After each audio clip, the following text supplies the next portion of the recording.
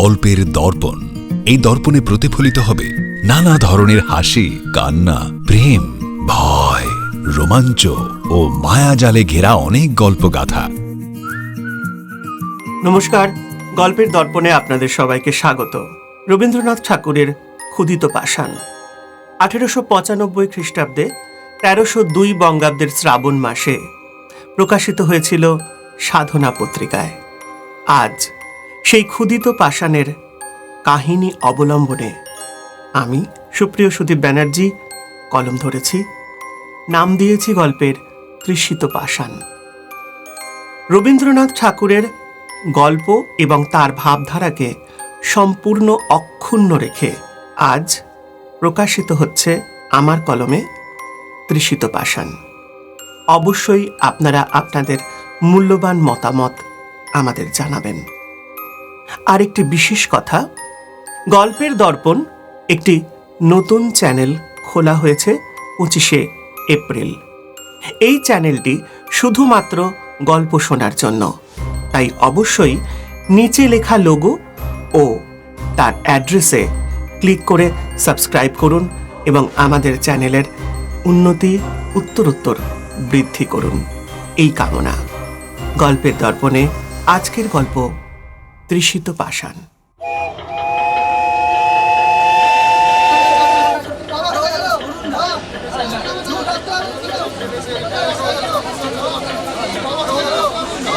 তাড়াতাড়ি ওঠ, তাড়াতাড়ি নে তাড়াতাড়ি ওঠ। আরে ওটা আগে দে। আরে না, তোরঙ্গটা আগে দে। এই সব কিছু দরজার সামনে জড়ো করে দিলে আমি কোথা দিয়ে ঢুকবো? হ্যাঁ, উড়ে উড়ে। দাঁড়া, মাথা গরম করিস না, আমি সরিয়ে নিচ্ছি। হ্যাঁ, তাড়াতাড়ি সরা। ট্রেন ছেড়ে দিলে আমি ট্রেনের পেছনে দৌড়তে পারবো না। নে, এবারে উঠে আয়।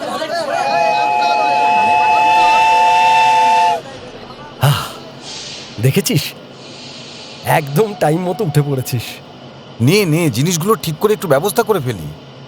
এই বলছি, আমাদের সঙ্গে যে যাচ্ছে তাকে একটু বল না, যদি ওই তার জায়গাতে আমাদের জিনিসগুলো একটু রাখতে দেয়। হ্যাঁ, বলি। নমস্কার দাদা, এই পুজোর ছুটিতে দেশ ভ্রমণে বেরিয়ে পড়েছিলাম। সেই জন্য আমাদের জিনিসপত্রটা একটু বেশি। তা আপনার জায়গায় এই তোরঙ্গটা একটু রাখতে পারি? হ্যাঁ, অবশ্যই। যাবেটা কোথায়? কলকাতা। হ্যাঁ, ও আচ্ছা। তাহলে আপনাদের তো ব্যবস্থা করে দিতেই হবে, কারণ সহযাত্রী যখন, আপনাদের মুখ দেখেই তো পথ চলতে হবে। এখানে কিছু কথাবার্তা বলা বলি, শোনাশুনি এসব তো থাকবেই, তাই না? ধন্যবাদ দাদা, ধন্যবাদ। না, এতে ধন্যবাদ কিসের? হ্যাঁ, কোনো ধন্যবাদ না। সহযাত্রী বন্ধুটির হাবভাব, পোশাক পরিচ্ছদ দেখে প্রথমে একটু পশ্চিম দেশীয় মুসলমান বলে ভুল হয়েছিল, কিন্তু এখন দেখছি তিনি বেশ জ্ঞানী গুণী মানুষ। রাশিয়ান, ইংরেজ, দেশীয় রাজা রাজরা সারা বিশ্ব সংসারের গল্প ফেঁদে বসেছে আমার বন্ধুটির সঙ্গে। আমে দুধে মিশে গেল, আর আমি তো আঁটি হয়ে গড়াগড়ি খাচ্ছি। আমার বন্ধুটি থিওসফিস্ট, লৌকিক অলৌকিক ইত্যাদি সম্পর্কে কথা শুনে ভাবে বিহ্বল গদগদ চিত্তে বসে ভদ্রলোকের মুখ নিঃসৃত অঝোর বাণী আস্বাদন করতে থাকল। তবে হ্যাঁ, ভদ্রলোকের বাচনভঙ্গি আছে বলা চলে। দু চারটে কথা যা কানে আসছিল তা সত্যিই মনকে কেড়ে নেয়। এইভাবে গল্প করতে করতে গাড়ি জংশনে থামল।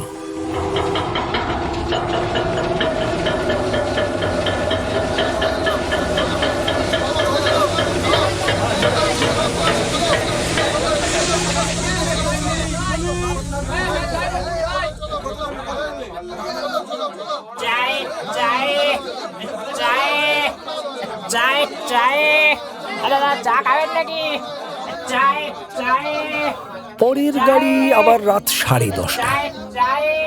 সন্ধে নাগাদ পৌঁছেছি, তাই স্থির করলাম ওয়েটিং রুমে টেবিলের ওপরে চাদর পেতে একটু টান হয়ে নেব। সদ্য চোখটা বুঝেছি, চেনা গলা। সে যন্তর এসে উপস্থিত। আমার বন্ধু তো একেবারে নিজে উঠে তাকে আসন ছেড়ে দিল। বলা বাহুল্য, ওয়েটিং রুমে সেদিন বিশেষ কেউ ছিলেন না, ফলে আমরা তিনজনই তিন মাথায় এক করলাম। কেন? ভদ্রলোক আমাদের গল্প শোনাবেন বললেন। একটা গল্প বলবো, শুনবে? তার কথা বলার কায়দা আমাদের ইচ্ছা স্রোতকে অনুকূলে প্রবাহিত করল, কারণ তার বাচনভঙ্গির নিদর্শন কিছুক্ষণ আগেই আমি পেয়েছি। আর আমার বন্ধুর তো আগ্রহের সীমাই রইল না। এবার ভদ্রলোক তার গল্প শুরু করলেন। দেখো ভাই, আমার এই গল্পটা আজ থেকে 30-40 বছর আগেকার। আমি যে সরকারের কাছে কাজ করতাম তার সাথে আমার মতের মিল হলো না, তাই জুনাগড়ের কাজ ছেড়ে হায়দ্রাবাদের নিজাম সরকারের কাজে বহাল হয়েছিলাম। সেই সময় ওই বরিচ নামে যে জায়গাটি আছে না, সেখানে তুলোর মাসুল আদায়ের কাজ করতে যেতে হয়েছিল। সুস্তা নদীর ধারে নির্জন এক পাহাড়ি ঘেরা এক রমণীয় স্থান বরিচ। এই সুস্তা নদীর পাড়েই 150 সিঁড়িযুক্ত পাথর বাঁধানো ঘাটের ওপর রয়েছে এক শ্বেত পাথরের প্রাসাদ। প্রাসাদের কাছে পিঠে লোকালয় নেই, হাট গ্রাম এখান থেকে অনেক দূর। 250 বছর পূর্বে দ্বিতীয় শাহ মাহমুদ তার ভোগ বিলাসের জন্য এই প্রাসাদ নির্মাণ করেছিলেন। তখন প্রাসাদের ফোয়ারায় খেলত গোলাপ সুগন্ধির জলধারা। তরুণী পার্শ্বিক ললনারা সেতার কোলে গজল গান গাইত। প্রাসাদ প্রান্তরে চলত এক চরম উন্মাদনা। আমি যখন সেখানে গেলাম, সে ফোয়ারার জল খেলে না। সাদা পাথরের উপর কারো নগ্ন পায়ের ছাপও পড়ে না। দূর থেকে দেখে মনে হতো যেন একটা নির্জন বাষ্পীড়িত সঙ্গীহীন প্রাসাদ দাঁড়িয়ে আছে। এসব খবর আমি পেলাম আমার অফিসের কেরানি করিম খাঁয়ের কাছ থেকে। অফিসের খুব বৃদ্ধ কেরানি ছিল করিম খাঁ। তার সঙ্গে একদিন গেলাম এই প্রাসাদ ঘুরতে। সেই সব ঘুরে ঘুরে দেখালো। প্রাসাদের উপর যেন এমন একটা নেশা লেগে গিয়েছিল আমার। কেন জানি না, প্রাসাদ আমাকে টানছিল। করিম খাঁকে আমি একদিন বললাম, করিমজি, আমি এই প্রাসাদে থাকব। নেই বাবুজি, দিনের বেলায় থাকলে রাতের বেলায় তো একদম না। কেন? বাবুজি, এখানে সব আত্মারা থাকে। সত্যি কথা বলতে সন্ধ্যা পর্যন্ত ঠিক আছে, তারপরে একদম না। সচ বাত বাবুজি, এখানে একটা ডর আছে না, যে কারণে এখানে চোরও আসে না। তুমি এসব বিশ্বাস করো?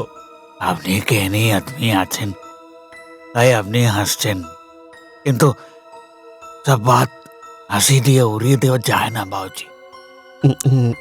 না না করিম, তুমি কিছু মনে করো না। আমি তোমাকে ছোট করতে চাইনি। আসলে আসলে এরকম একটা ঘটনার সাক্ষী আগে তো কখনো হইনি। তবে না হয় একবার চাক্ষুষ হয়েই দেখা যাক। মতলব? দেখো করিম, আমি যতবারই প্রাসাদটিকে আমার অফিসের জানলা দিয়ে দেখি, ততবারই মনে হয় প্রাসাদটি আমাকে টানছে। আমি এই প্রাসাদটির মোহে আবিষ্ট হয়ে যাচ্ছি। আমি 1-2 মাস এই প্রাসাদে থাকতে চাই। তুমি এর ব্যবস্থা করো। বাবুজি, আমি আপনাকে বারণ করছি, দয়া করে রাতে এখানে থাকবেন না। আপনি দিনে যা করার করুন, কিন্তু রাতে এখানে আপনার সঙ্গে এই ভিড়তেরা কেউ থাকবে না। সন্ধ্যার পর সবাই বাড়ি চলে যাবে, আর তখন আপনি একা কি করে নিজেকে সামলাবেন? আমি ঠিক সামলে নেব। প্রায় 1 সপ্তাহ ধরে বাড়ির সাজ সরঞ্জাম দিয়ে বাড়িটি বাসযোগ্য করে তোলা হলো। এরপর সেই মোহরস পান করতে আমি উপস্থিত হলাম প্রাসাদে। সে মোহরস একটু একটু করে আমাকে জীর্ণ করতে লাগলো। বাড়িতে পা রাখা মাত্রই আমি অনুভব করেছিলাম কিছু একটা প্রক্রিয়া শুরু হয়েছিল আমার চারপাশ ঘিরে। কিন্তু সেদিন আমার অনুভব আমার বাস্তবে নিয়ে গেল। কিভাবে, এবার সে কথায় আসি। বরিচ পাহাড়ি এলাকা হলেও গরমের সময় তুমুল গরম পড়ে এখানে। প্রখর দাবদাহের থেকে বাঁচতে সেদিন বিকেলে সুস্তার ধারে আমার ইজি চেয়ারটা পেতে একটু বসেছি। উজ্জি মামা তখন পাটে যাবার প্রস্তুতি নিচ্ছেন। দূরে পাহাড়ের চূড়ায় তার লাল ও গৈরিক আভা পড়েছে। সুস্তার ওপারে তেমন জল নেই। গ্রীষ্মের তাপে তার জল প্রায় শুকিয়ে গেছে। প্রাসাদের ঘাটের দিকেই হাঁটু জল। সেখানেই স্বচ্ছ সুস্তার জলে খেলা করছে বিকেলের শেষ তপনের আলো। পাহাড়ের উচ্চতার জন্য আঁধার এখানে তাড়াতাড়ি নামে। সূর্য পাটে গেলে আঁধার নেমে এলো চারপাশে। দূরের দৃশ্যপট আস্তে আস্তে অন্ধকারের চাদর মুড়ি দিয়ে তখন ঘুমের প্রস্তুতি নিতে শুরু করেছে। হঠাৎ একটা ভ্যাপসা গরম যেন কোথা থেকে আমার চারপাশে ঘিরে এলো। ভ্যাপসা গরম থেকে বাঁচতে ভাবলাম একটু ঘোড়াটা নিয়ে বাইরে থেকে টহল দিয়ে আসি। উফ, কি গরম! এতটা গুমোট তো ছিল না। কেমন যেন চারপাশটা গুমোট হয়ে গেল। না, আর এই ইজি চেয়ারে বসে দোল খেয়ে লাভ নেই। ঘোড়াটা নিয়ে একবার বাইরে থেকে ঘুরে আসি। যাই। কোথা যাচ্ছিস বাবু? সঙ্গে সঙ্গে একটা ঠান্ডা বাতাস আমার গায়ে এসে লাগলো। একটা বরফের ঠান্ডা স্রোত যেন নেমে গেল আমার শিরদাঁড়া দিয়ে। বলে উঠলাম, কে কে? সেদিন চোখের সামনে কিছুই দেখতে পেলাম না, শুধু অনুভব করলাম আমার আশপাশ দিয়ে প্রাসাদ ললনারা সবাই একসাথে জলকেলি করতে নামছে সুস্তার জলে। চোখ শুধু দেখলো সুস্তার স্থির জল এখন আর স্থির নেই, তার মধ্যে আন্দোলন উঠেছে। এই, তোমরা কারা? উত্তর দাও, উত্তর দাও, তোমরা কারা? এই, তোমরা কারা? উত্তর দাও। হঠাৎ আমার মধ্যে কেমন যেন একটা নবাব নবাব ভাবের উদয় হলো। আমি ভাবলাম কাল রাতে খানসামাকে বলবো মোগলাই বানাতে। ইচ্ছা হলো এগিয়ে গিয়ে দেখি সুস্তার কাছে। জলের আন্দোলন যা ছিল তা আস্তে আস্তে স্থির হলো। আমার চারপাশে যে চঞ্চলতা মন ও মস্তিষ্ককে ভাবিয়ে তুলেছিল হঠাৎই থমকে গুমোট হয়ে গেল। যে অদৃশ্য অনুভূতি কিছুক্ষণ আগে আমার আশপাশে ছিল তা এখন স্তব্ধ ও নীরব। तफत जाओ सब झूठ है सब झूठ है। সম্পূর্ণ নিস্তব্ধতা ভেঙে আচমকা এক পাগল হঠাৎই ঘাটের পৌরির উপর দিয়ে কথাগুলো আওড়াতে আওড়াতে নিজের মনে চলে গেল। तफत जाओ सब झूठ है सब झूठ है। তার এই আওয়াজ শুনে বুকের ভিতর হৃৎপিণ্ডটা যেন আচমকা তার গতি বৃদ্ধি করেছে। ভয় যেন আমার শরীর ও মনকে ক্ষণিকের জন্য হলেও গ্রাস করেছিল।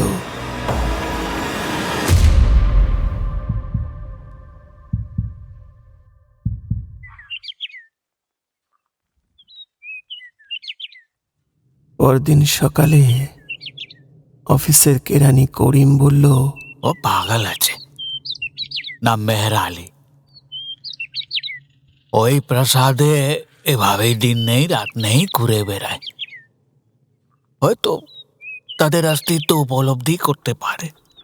করিমের কথা শুনে খানসামাকে ডেকে রাতে খাওয়ার হুকুম দিয়ে গাড়ি নিয়ে হেড অফিসে গেলাম।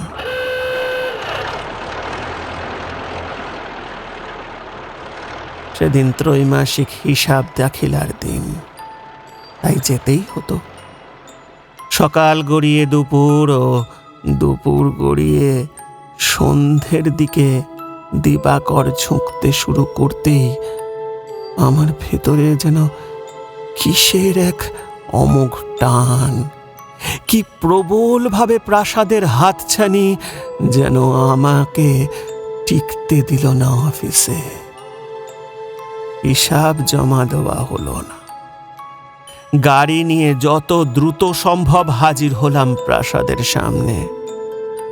প্রাসাদের সামনে উপস্থিত হতেই কানে এলো অনেক মানুষের কথোপকথন, যেন দরবার বসেছে সেখানে। দরজা ঠেলার আওয়াজে নিস্তব্ধ হয়ে গেল চারপাশ।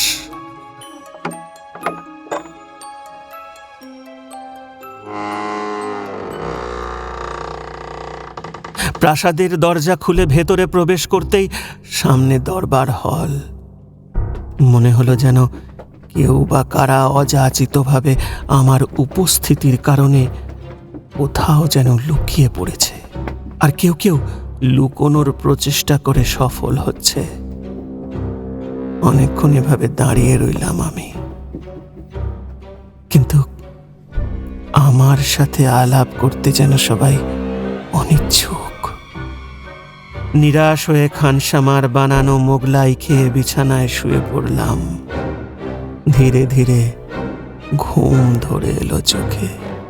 হঠাৎ কার ধাক্কায় যেন আমার ঘুম ভাঙল।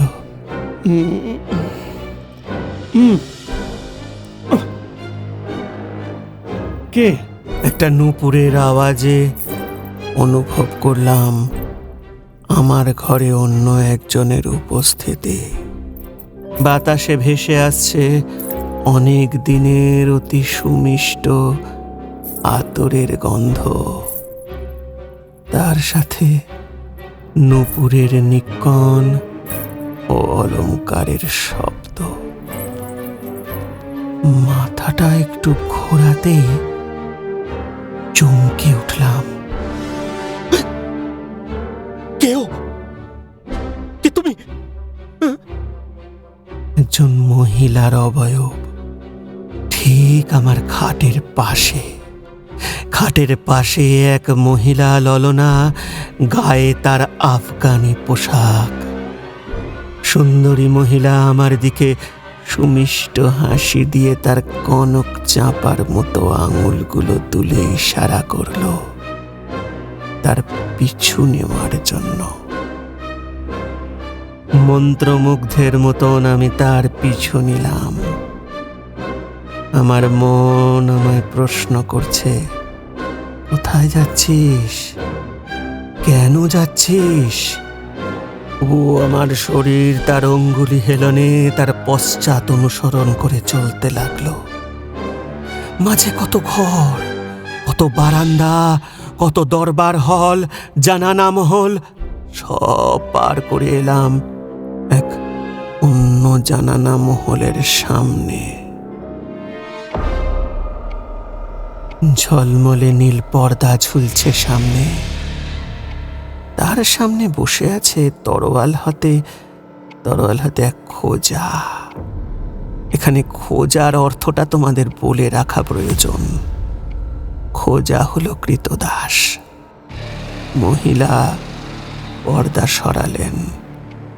পর্দা সরাতেই তার অপরূপ সুন্দরী মূর্তি আমার চোখের সামনে প্রকাশ পেল, যার গায়ে বহুমূল্য অলংকার, পরনে আফগানি পোশাক।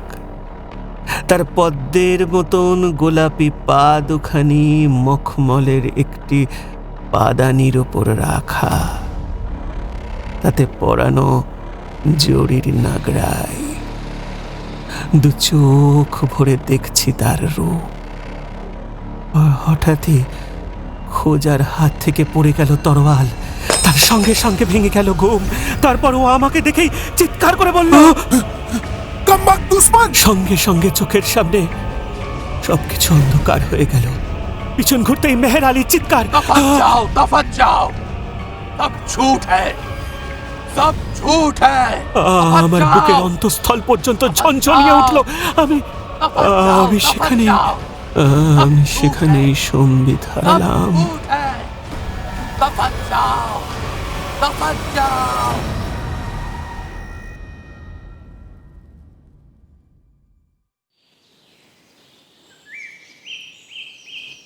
পরদিন সকালে ভৃত্যরা আমাকে নিয়ে এসে ডেকে তুলল।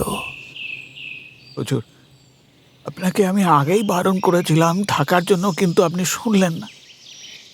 তাই সরকার বাহাদুর যে কোয়ার্টার আপনাকে দিয়েছেন, আপনি সেখানে চলুন, তাতে আপনার ভালো হবে।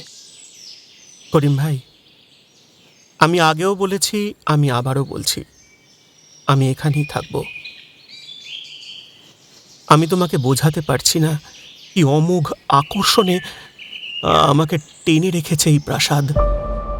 হুজুর, এর আগে আপনার মতো অনেকেই জেদ করে এখানে ছিল, কিন্তু কেউ একদিন, কেউ দুদিন বা কেউ 3 দিন, তারপর আমি দেখেছি এখানে মরে পড়ে থাকতে। হুজুর, আপনার মতো দিল ধরিয়া মানুষ আগে ট্যাক্স কালেক্টর হয়ে এখানে আসেনি। এই আমি চাই আপনার কোনো ক্ষতি যেন না হয়। আচ্ছা করিম, তোমাকে আমি কিছু ভরসা করে বলতে পারি? হুজুর, আমি 42 বছর ধরে এখানে কাম করছি। কোনোদিন কারোর কোনো কথা কান থেকে আরেক কানে যেতে দিইনি। এরপর আপনি যদি আমাকে বিবেচনা করে দেখেন, তাহলে অবশ্যই বলতে পারেন। করিম, আজ বিগত কতদিন হলো এই প্রাসাদ যেন আমাকেই গিলে খাচ্ছে। এই প্রাসাদের অলি গলি অন্দর যেন আমার কাছে অনেক চেনা, যেন আমি এখানে আগে ঘুরে গেছি। রাতে ভয় পাওয়া তো দূর, আমি প্রাসাদের আনাচ কানাচ সব ঘুরে বেড়াই। আমার চোখে ঘুম নেই। কিন্তু কাল আমার সাথে ঘটে গেল এক অন্য বিষয়। কি ঘটে হুজুর? হ্যাঁ, এই কাল রাতে আমি শুয়েছিলাম। এক মহিলা আমার খাটের পাশে এসে আমাকে ঠেলে ঘুম থেকে তুলল। তারপর কেমন যেন আমি তার ইশারায় মন্ত্রমুগ্ধের মতন তার পিছু নিলাম। সে আমাকে নিয়ে এ ঘর সে ঘর, এই অলিন্দ ওই অলিন্দ, দরবারখানা সব পার করে নিয়ে গেল একটা কক্ষে। পরিচয় করালো আমাকে আর এক মহিলার সঙ্গে। সেই মহিলাকে দেখে আমার খুব চেনা মনে হলো। আমি তাকে চিনি, আমি তাকে আগে দেখেছি, কিন্তু কোথায় দেখেছি? কোথায় দেখেছি কিছুতেই মনে করতে পারছি না। করিম, করিম কোথায় দেখেছি আমি মনে করতে পারছি না। বাউজি, এই কাহিনীটা আমার কাছে নতুন। আগে প্রাসাদ নিয়ে যেসব কিস্সা আমি শুনেছি, এটার থেকে আমি যা জানি তা আপনাকে বলছি। এই প্রাসাদে এক দাসী ছিল, অতি সুন্দর ছিল তার রূপ। দেখলে মনে হবে যেন জান্নাত কা নূর। তাকে এখানে নিয়ে আসে শাহ মাহমুদের এক বিশ্বস্ত জন। সে শাহ মাহমুদকে পারস্য বাজার থেকে এই দাসীকে খরিদ করে ভেট করে। শাহ মাহমুদ তার নজরানায় খুশি হন। দাসীর আবাস হয় এই প্রাসাদ। প্রাসাদের হারেমে পাঠিয়ে দিন তাকে।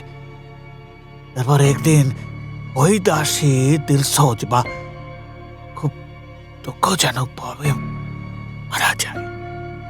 করিম, আমি যাকে কাল দেখেছি তাহলে সে কি সে? পাতা নেই হুজুর, তবে এই প্রাসাদ আপনাকে শেষ করে দেবে। আমার কথা শুনে আপনি এখান থেকে চলে চলুন। হ্যাঁ, তুমি আমাকে নিয়ে চিন্তা করো না, আমি অবশ্যই নিজেকে সামলাতে পারবো।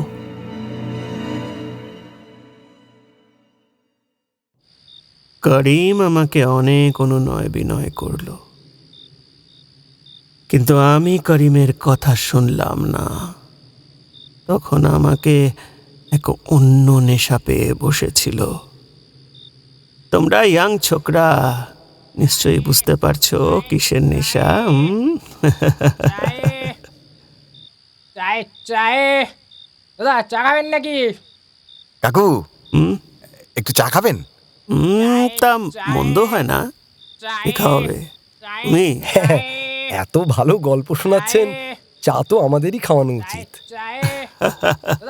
এই চা, একবার এদিকে এসো তো বাবা। হ্যাঁ বাবু বলুন। আর 3টে চা দাও। হ্যাঁ দি।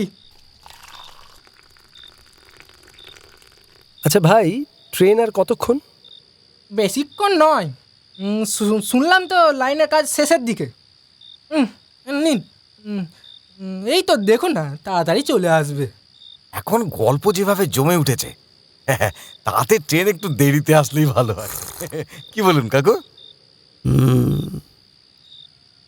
তোমার কাছে গল্প আর আমার কাছে সত্যি। তারপর কি হলো কাকু? তারপর শোনো। প্রতিদিন রাত্রে সেই মহিলা আমার সামনে উপস্থিত হতে থাকলো। একটা বিষয় আমাকে খুব অবাক করেছিল। সে সব কথা আমায় ইশারায় বলতো, মুখ দিয়ে কোনো কথা বলতো না। মাঝে মাঝে মনে হতো সে হয়তো বোবা ছিল। সারা সকাল টোটো করে ঘুরে তুলোর ট্যাক্স আদায় করা, আর রাতে এই মহিলার সঙ্গ পাওয়ার নেশা যেন আমার মন মস্তিষ্ককে বিকৃত করে তুলল। নিদ্রাহীন রাত কাটানোর জন্য বেশি দিন শরীর আমার সাথ দিল না। শরীর পাকিয়ে দড়ি হয়ে যেতে লাগলো। আজ মহলের এখানে পড়ে আছি তো কাল ওখানে। ভৃত্যরা সকাল 6টায় এসে আমাকে ডেকে তুলছে। এই নিত্য নৈমিত্তিক ঘটনা করিমের জানতে বাকি ছিল না। করিমের এক আশঙ্কাগ্রস্ত দৃষ্টি সব সময় আমার দিকে।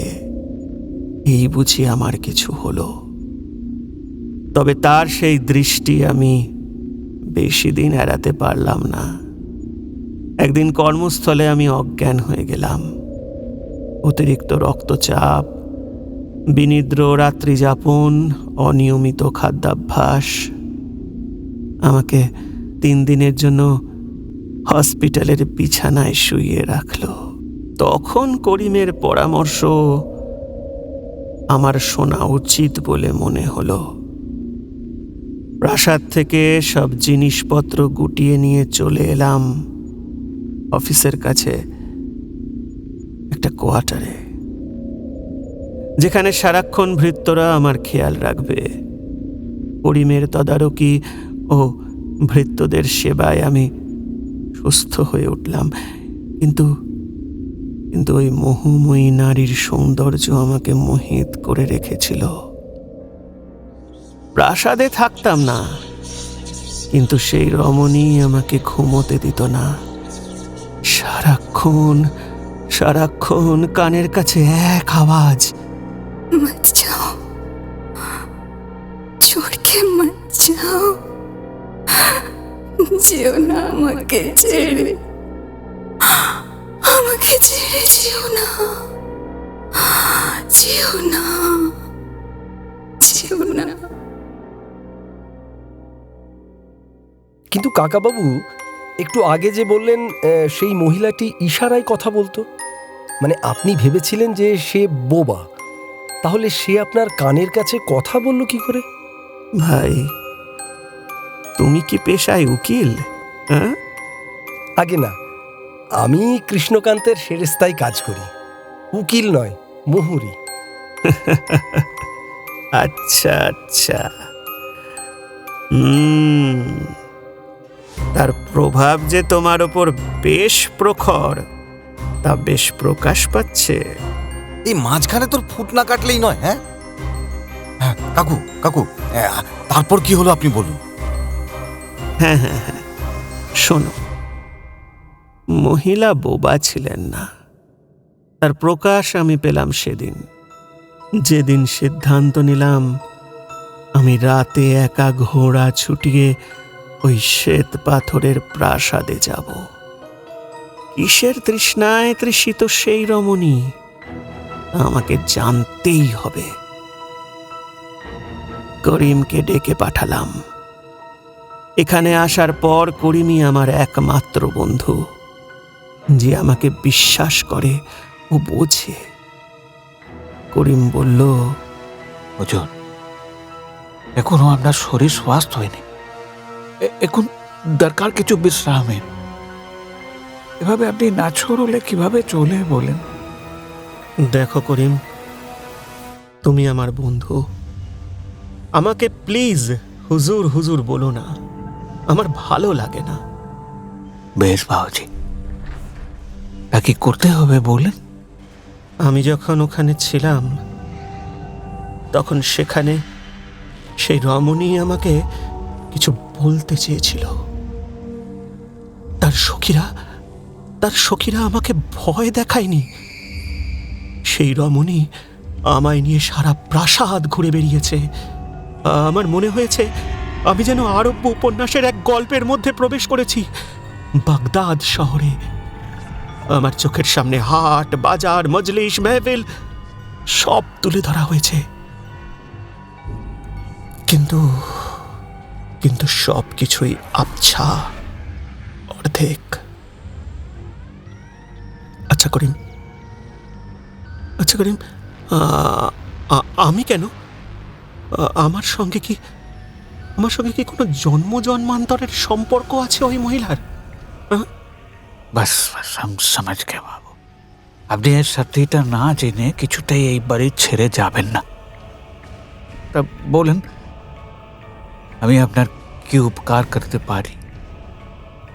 আমার মনে হচ্ছে যেন ওই মহিলা আমার সঙ্গে ঠিক কমিউনিকেট করতে পারছে না। আমি চাই তখনকার রাজা নবাবদের পোশাক পরে আমি সেখানে উপস্থিত হই। হয়তো আমার এই নব্যযুগের কোট, শার্ট, প্যান্ট, সাহেবি পোশাক পরার জন্য সে আমাকে চিনতে পারছে না। বেশ, তবে আমি আপনার জন্য বাদশাহী পোশাকের আয়োজন করি। হ্যাঁ, তুমি করবে করিম? দোস্ত जब तब फर्ज अदा तो करतेই হবে। সেদিন সন্ধ্যের একটু আগে করিম আমাকে বাদশাহী পোশাক নিয়ে এসে দিল। সত্যিটা জানার এক অদম্য লিপ্সা আমার মস্তিষ্কে চেপে বসেছিল। পায়ে নাগরাই জুতো, চুড়িওয়ালা চোস্তা, কলিকাটা নবাবী আলোয়ান, গলায় মুক্তোর মালা, মাথায় রেশমের পাগড়ি পরে ঘোড়া ছোটালাম প্রাসাদের দিকে।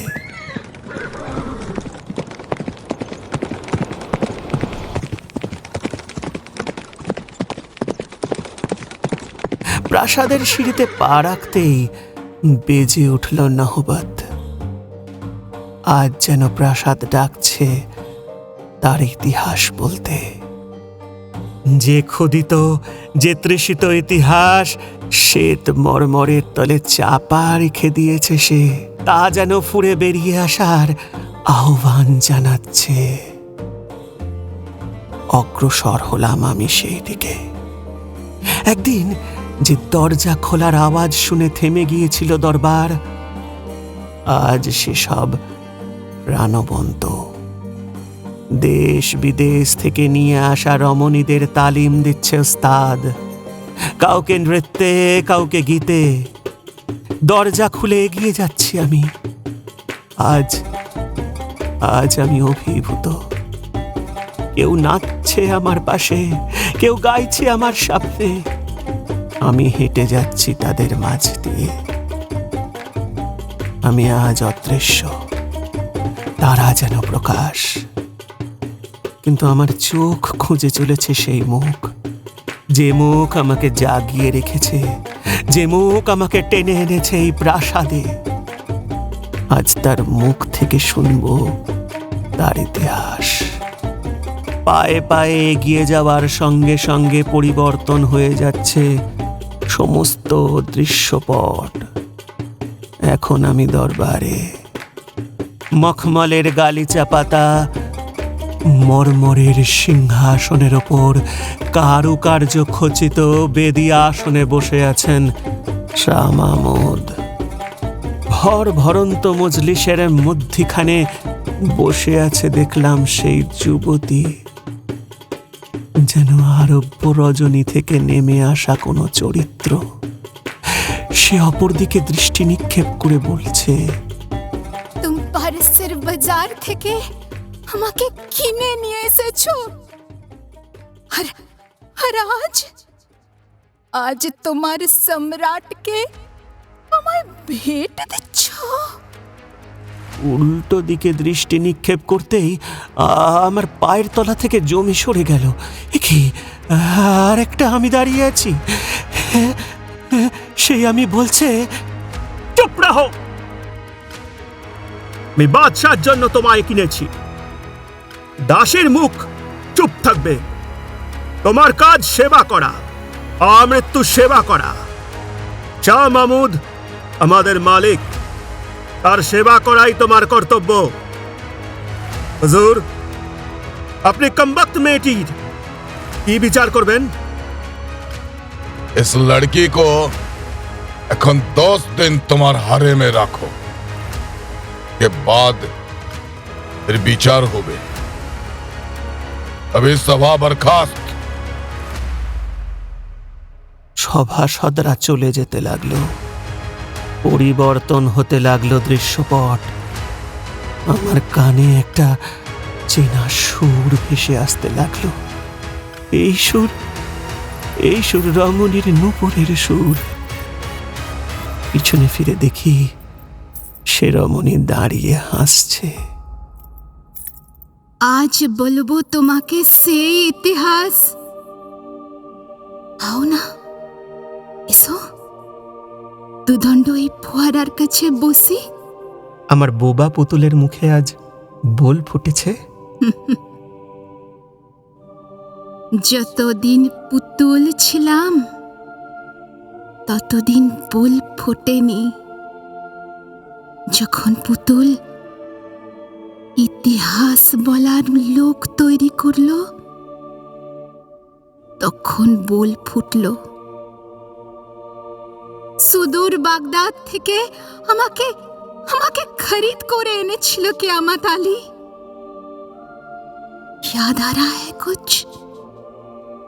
कियामत आली, তুমি কিয়ামত আলী। আমি? কিভাবে? নেই, वो আজকের তুমি না, 250 সাল আগের তুমি কিয়ামত আলী, 250 বছর আগের তুমি। আর আমি ছিলাম নূর বানু বেগম।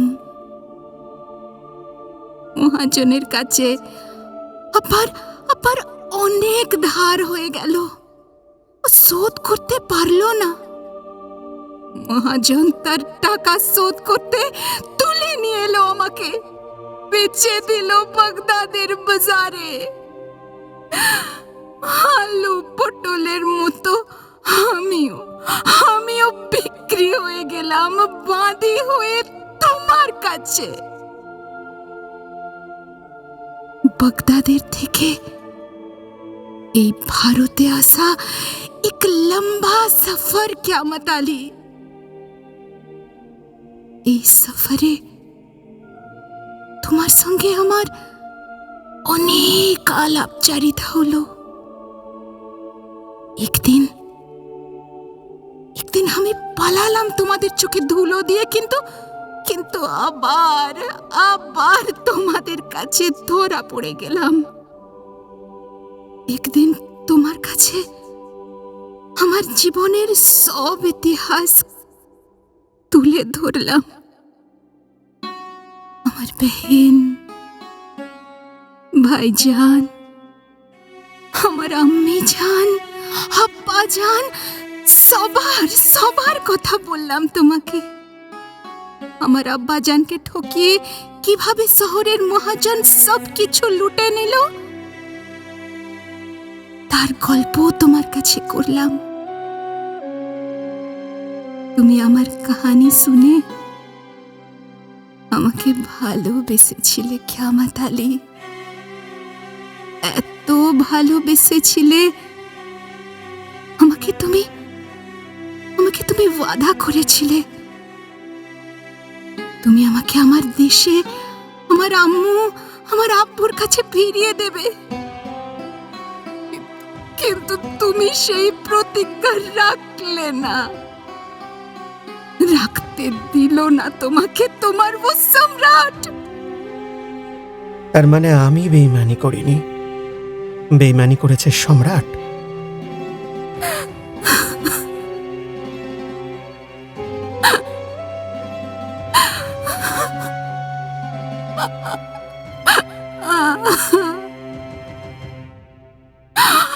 আমি তো তোমাকে ভালোবেসেছিলাম।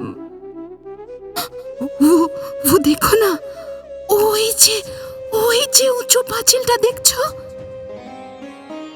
পাঁচিল টপকে তুমি আসতে আমার সঙ্গে দেখা করতে। সাইরা হ্যাঁ না, সাইরা সেদিন তোমাকে গুলবাগ থেকে চুপি নিয়ে এসেছিল হারেমের অন্দরে। সাইরা কে? সাইরা, वो যাকে তুমি उस दिन দেখেছিলে না তোমার বিছানার পাশে, যে তোমাকে ডেকে এনেছিল রাতের অন্ধকারে আমার কাছে, সেই সাইরা। ও কি আরেক বাঁধে? তার মানে যেদিন আমি তোমার কাছে এসেছিলাম, যে মেয়েটি আমায় নিয়ে এসেছিল, নীল মখমলের পর্দা সরিয়ে তোমার কাছে আমি প্রবেশ করেছিলাম, সেই মেয়েটির কথা তুমি বলছো তো? হ্যাঁ, সহি বলা, সহি। সেদিন কত গল্প হলো, কত কথা, कुछ भी नहीं याद है तुम्हें কিয়ামত আলী? আর কি বা याद করতে, কথা তো সেদিন সেভাবে হলোই না। যা হলো সবই হলো ইশারায়। কারণ বাইরে পাহারায় ছিল খোঁজা। উস দিন আমরা ধরা পড়ে গেলাম। বাইরে বেরোনোর সময় পর্দা সরাতেই খোঁজার তরোয়ালের ধাক্কা লাগলো তোমার আলো আনে, আর অমনি ঘুম ভেঙে গেল খোঁজার। ঘুম থেকে উঠেই খোঁজা বলে উঠল, কমবক্ত, দুশ্মন। ঠিক ঠিক মনে পড়েছে, তাহলে মনে পড়েছে। আর আর তারপর কি হলো বলো? আমরা আমরা দোদ্দার গতিতে পালালাম, কিন্তু কিন্তু খোঁজা আর সৈনিকদের তৎপরতায় আমরা ধরা পড়ে গেলাম গো। আমাদের আমাদের হাজির করা হলো ও শাহ মাহমুদের সামনে। কি হলো? চুপ করে গেলে? তারপরের গল্পটা বলো। চুপ, একদম চুপ। ওই সেনারা আসছে আমাকে ধরতে। তুমি তুমি পালাও কিয়ামত আলী, ভাগো, আবে ভাগো, তুমি পালাও পালাও পালাও। कमबख्त दुश्मन, बादी भाग रही है, बादी भाग रही है, बादी भाग रही है, बादी भाग रही है, बादी भाग रही है। সঙ্গে সঙ্গে দৃশ্যপট পরিবর্তিত হয়ে গেল। যে অন্ধকারে বসে আমরা আলাপচারিতা করছিলাম, হঠাৎ জ্বলে উঠল চারপাশে আলো। চারিদিকে হই হট্টগোল, বাঁধি ভাগ গয়া, বাঁধি ভাগ গয়া। সবার মাঝখানে দাঁড়িয়ে আছে শাহ মাহমুদ, আরেকদিকে দাঁড়িয়ে আছি 250 বছরের পুরনো আমি, ও অপরদিকে নূর বেগম। শাহ মাহমুদ হুকুম দিলেন, इस बीबी जान को कैद खाने में बंदी रखो, एमन जगह बंदी करो जाते वो बसते ना पारे। हाथ बेंदे टंगिया रखो अलिंदर सामने, और যত দূর দৃষ্টি যায় দেখুক ওর আশিককে কেমন করে মরে। হুড়মুড় করে ঘরে ঢুকে পড়ল সৈনিক। আমাকে ভেদ করে ঢুকে গেল নূর বেগমের দিকে। নূর বেগমকে টানতে টানতে তারা নিয়ে যেতে থাকলো কয়েদখানার দিকে। একদিকে বাদশাহের হাসি, আর অন্যদিকে নূরের আর্তনাদ।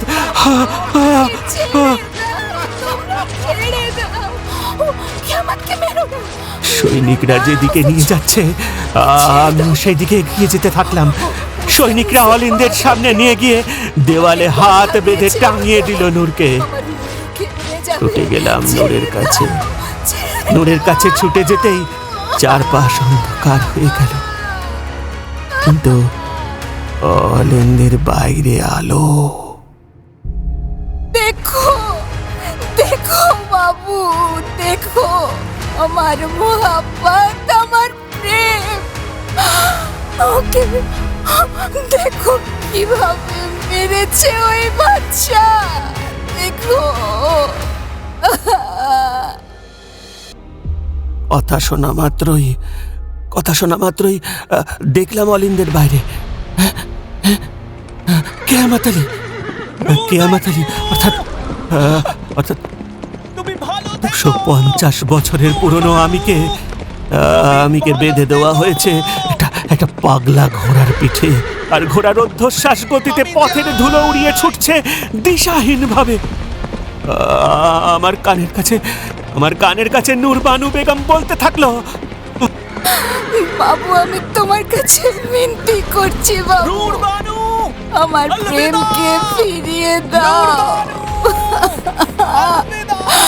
আমার প্রেমকে ফিরিয়ে আনো, লটা দো, মিনতি করছি আমি, ফিরিয়ে আনো কে।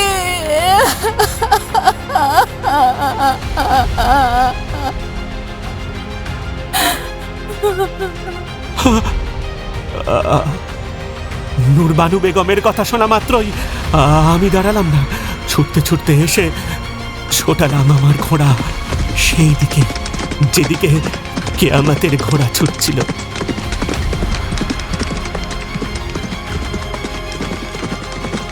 খানিকটা যাওয়ার পর হঠাৎ আমার ঘোড়া চিহি শব্দ করে থেমে গেল, আর আমি মুখ থুপড়ে ছিটকে পড়লাম রাস্তার ওপারে। জ্ঞান হারালাম আমি।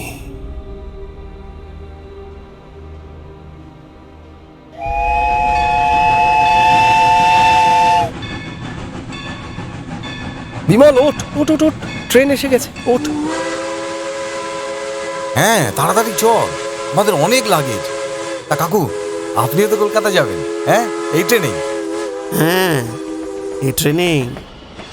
চলো, তাড়াতাড়ি করো, তাড়াতাড়ি করো। আচ্ছা, আমাদের কম্পার্টমেন্টটা কোন দিকে? ওই তো 2টো কম্পার্টমেন্ট পরে। কি হলো রে, দাঁড়িয়ে পড়লি কেন? পিছন ঘুরে কি দেখছিস? কাকুকে দেখতে পাচ্ছি না। শোন, এদের আর দেখা পাওয়া যায় না, বুঝলি? তৃষিত ক্ষুদিত পাষাণের তৃষ্ণা মেটাতে এদের সঙ্গে মাঝে মাঝেই দেখা হয় এই ট্রেনের কামরায়। বুঝলাম। তা কি বুঝলি? ক্ষুধিত পাষাণ মানে মন।